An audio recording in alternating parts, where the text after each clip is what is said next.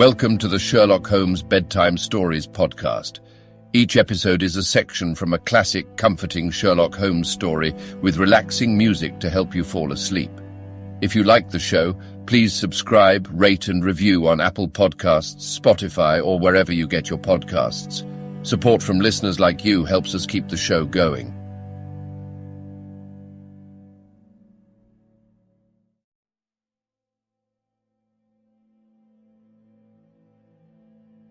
Now it's time to relax.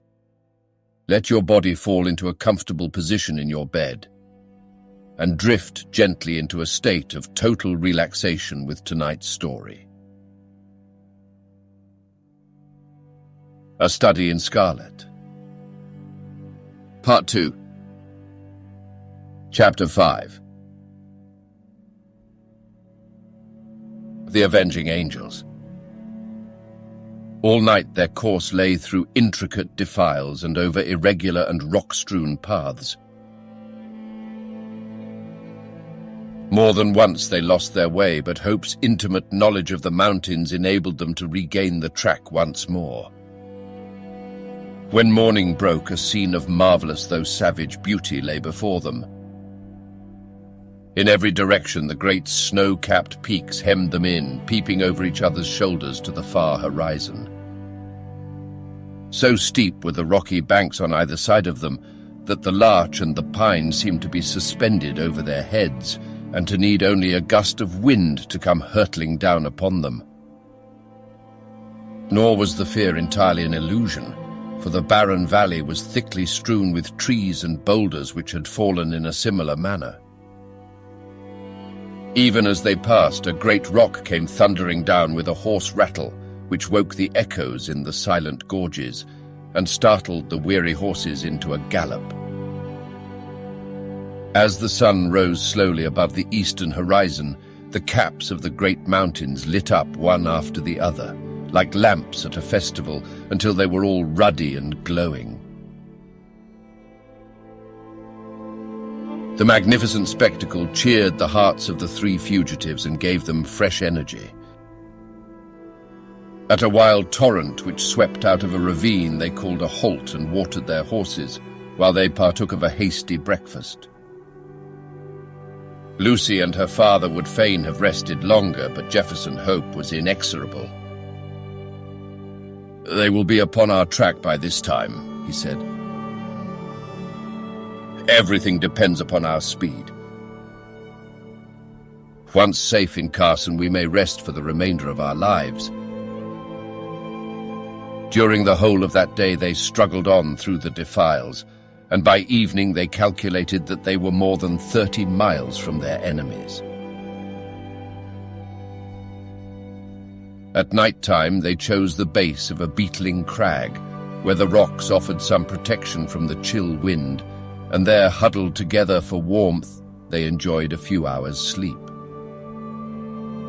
Before daybreak, however, they were up and on their way once more.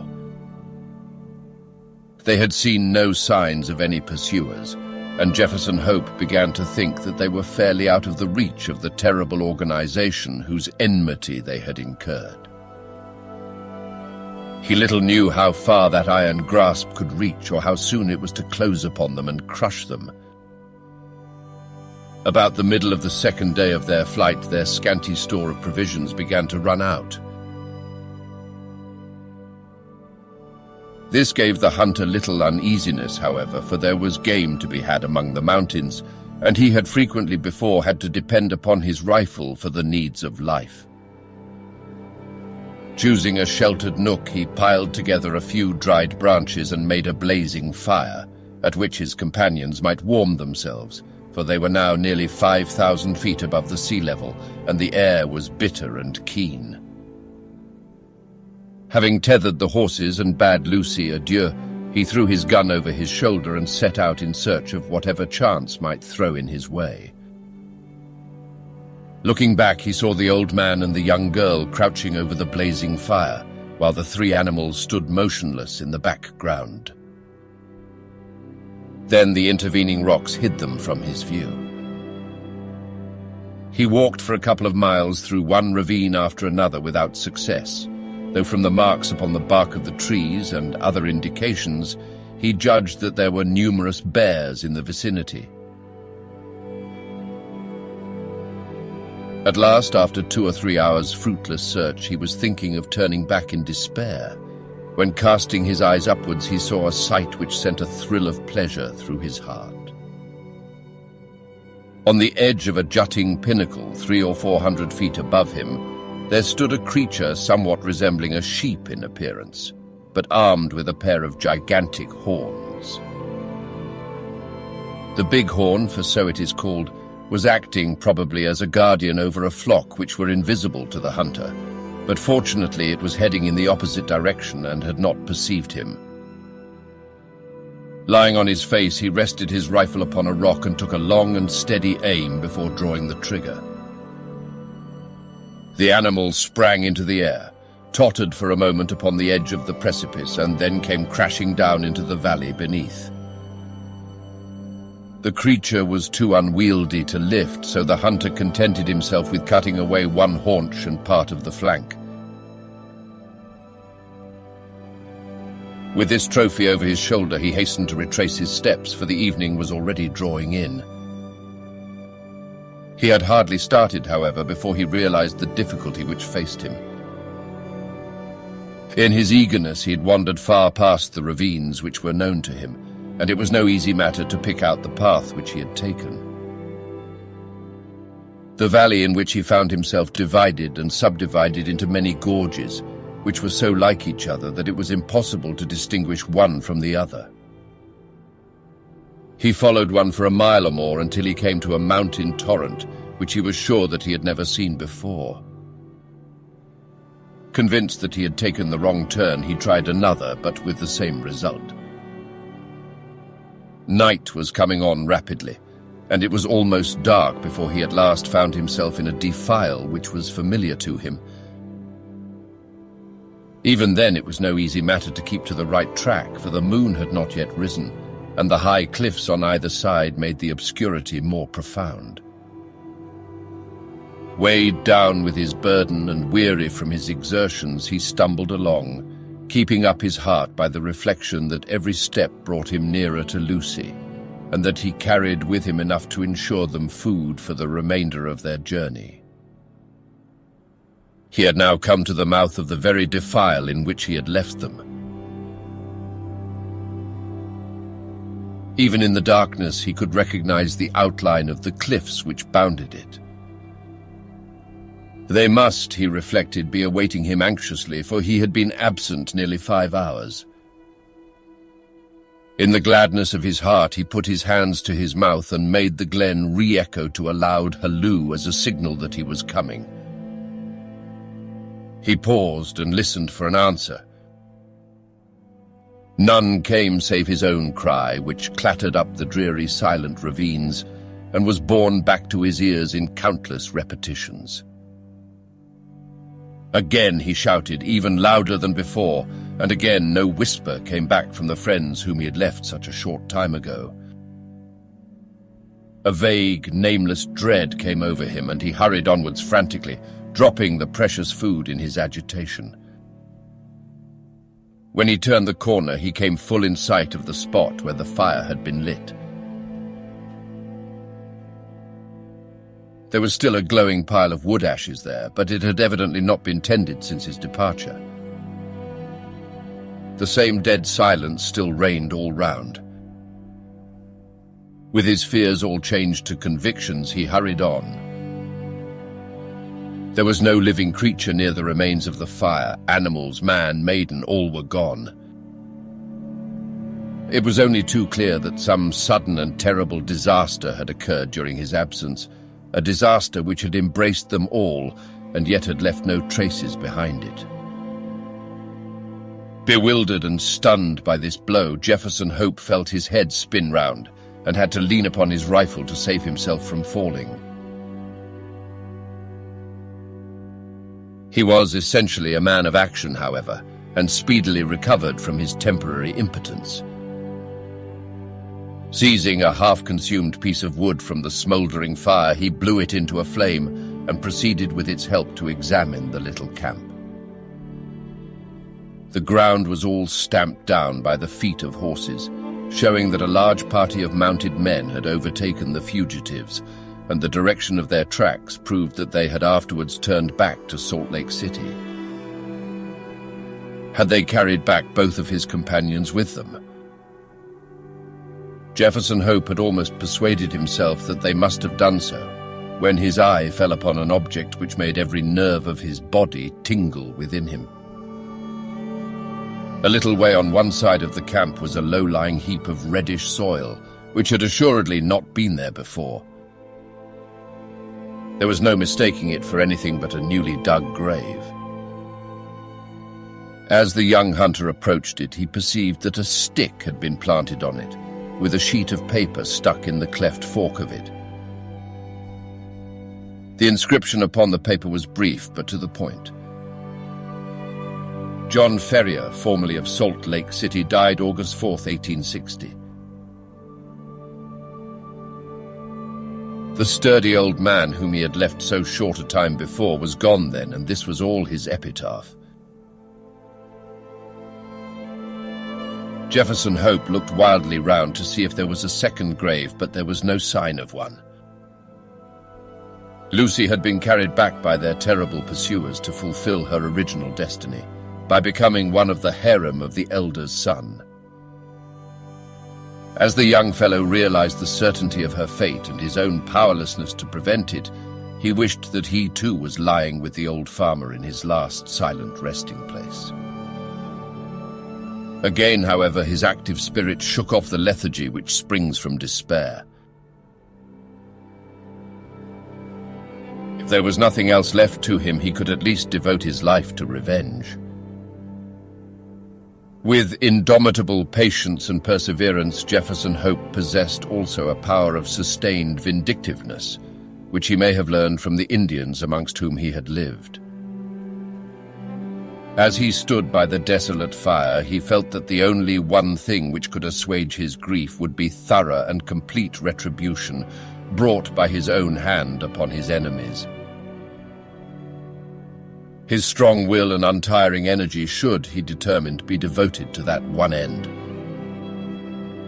With a grim, white face, he retraced his steps to where he had dropped the food, and having stirred up the smouldering fire, he cooked enough to last him for a few days. This he made up into a bundle, and tired as he was, he set himself to walk back through the mountains upon the track of the Avenging Angels. For 5 days he toiled footsore and weary through the defiles which he had already traversed on horseback. At night he flung himself down among the rocks and snatched a few hours of sleep, but before daybreak he was always well on his way. On the 6th day he reached the Eagle Canyon from which they had commenced their ill-fated flight. Thence he could look down upon the home of the saints. Worn and exhausted, he leaned upon his rifle and shook his gaunt hand fiercely at the silent, widespread city beneath him. As he looked at it, he observed that there were flags in some of the principal streets and other signs of festivity. He was still speculating as to what this might mean when he heard the clatter of horses' hooves and saw a mounted man riding towards him. As he approached, he recognized him as a Mormon named Cowper, to whom he had rendered services at different times. He therefore accosted him when he got up to him with the object of finding out what Lucy Ferrier's fate had been. "I am Jefferson Hope," he said. "You remember me?" The Mormon looked at him with undisguised astonishment. Indeed, it was difficult to recognize in this tattered, unkempt wanderer, with ghastly white face and fierce wild eyes, the spruce young hunter of former days.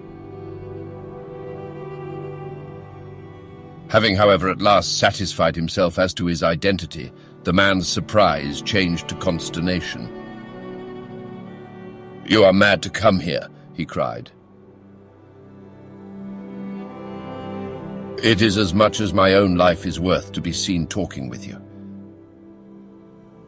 There is a warrant against you from the Holy Four for assisting the Ferriers away. I don't fear them or their warrant, Hope said earnestly. You must know something of this matter, Cowper. I conjure you by everything you hold dear to answer a few questions. We have always been friends. For God's sake, don't refuse to answer me. What is it? The Mormon asked uneasily. Be quick. The very rocks have ears and the trees eyes. What has become of Lucy Ferrier? She was married yesterday to young Drebber. Hold up, man, hold up. You have no life left in you.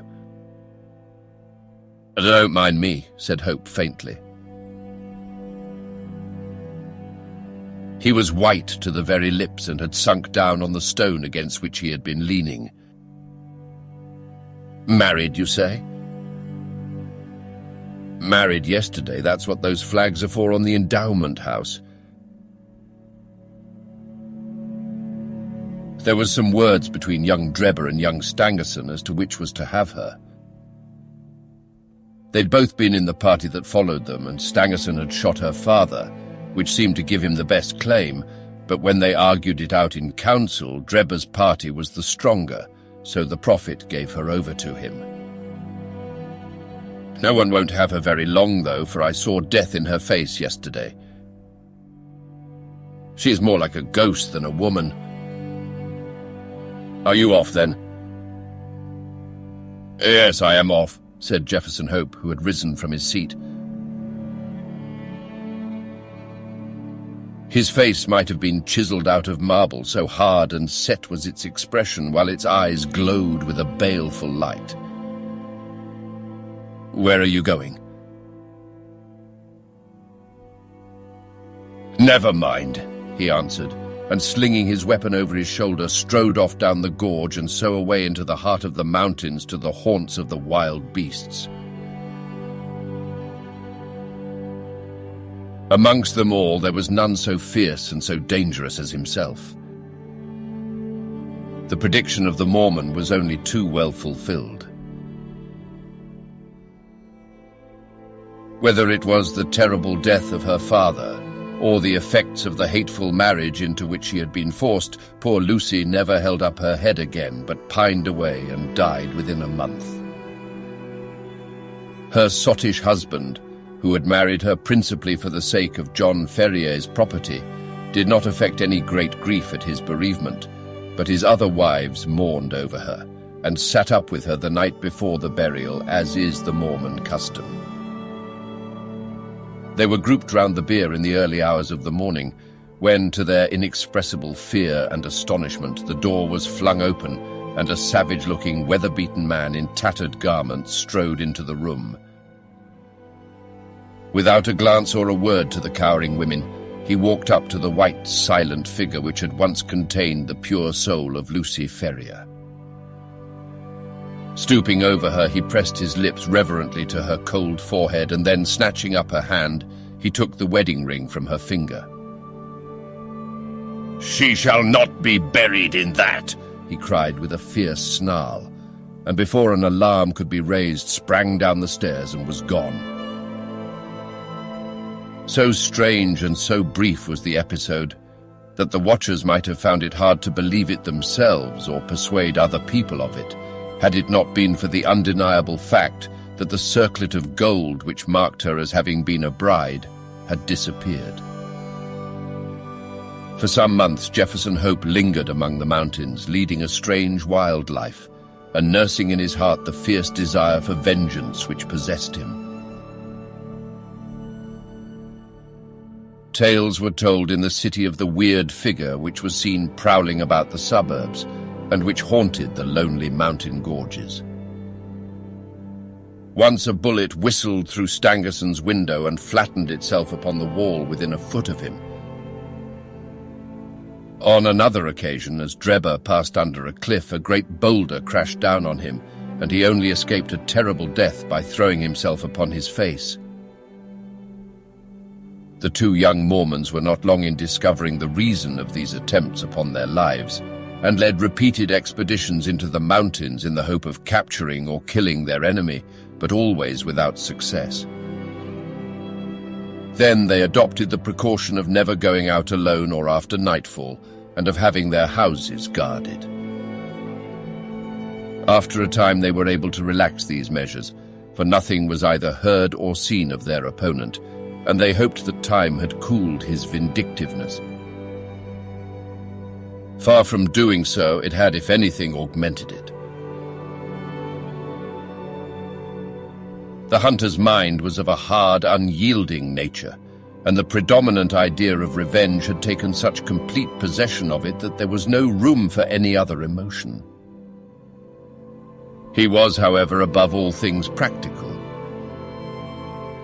He soon realized that even his iron constitution could not stand the incessant strain which he was putting upon it. Exposure and want of wholesome food were wearing him out. If he died like a dog among the mountains, what was to become of his revenge then? And yet such a death was sure to overtake him if he persisted. He felt that that was to play his enemy's game, so he reluctantly returned to the old Nevada mines, there to recruit his health and to amass money enough to allow him to pursue his object without privation.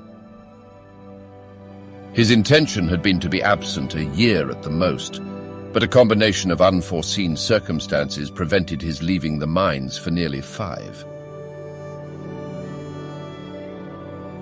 At the end of that time, however, his memory of his wrongs and his craving for revenge were quite as keen as on that memorable night when he had stood by John Ferrier's grave. Disguised and under an assumed name, he returned to Salt Lake City, careless what became of his own life as long as he obtained what he knew to be justice. There he found evil tidings awaiting him. There had been a schism among the chosen people a few months before, some of the younger members of the church having rebelled against the authority of the elders, and the result had been the secession of a certain number of the malcontents who had left Utah and become Gentiles. Among these had been Drebber and Stangerson, and no one knew whither they had gone. Rumor reported that Drebber had managed to convert a large part of his property into money, and that he had departed a wealthy man while his companion Stangerson was comparatively poor. There was no clue at all, however, as to their whereabouts. Many a man, however vindictive, would have abandoned all thought of revenge in the face of such a difficulty, but Jefferson Hope never faltered for a moment. With the small competence he possessed, eked out by such employment as he could pick up, he traveled from town to town through the United States in quest of his enemies. Year passed into year, his black hair turned grizzled, but still he wandered on, a human bloodhound, with his mind wholly set upon the one object upon which he had devoted his life.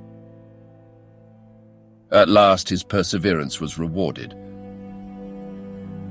It was but a glance of a face in a window, but that one glance told him that Cleveland in Ohio possessed the men whom he was in pursuit of. He returned to his miserable lodgings with his plan of vengeance all arranged. It chanced, however, that Drebber, looking from his window, had recognized the vagrant in the street and had read murder in his eyes. He hurried before a justice of the peace, accompanied by Stangerson, who had become his private secretary, and represented to him that they were in danger of their lives from the jealousy and hatred of an old rival. That evening, Jefferson Hope was taken into custody, and not being able to find sureties, was detained for some weeks. When at last he was liberated, it was only to find that Drebber's house was deserted, and that he and his secretary had departed for Europe. Again the Avenger had been foiled, and again his concentrated hatred urged him to continue the pursuit. Funds were wanting, however, and for some time he had to return to work, saving every dollar for his approaching journey.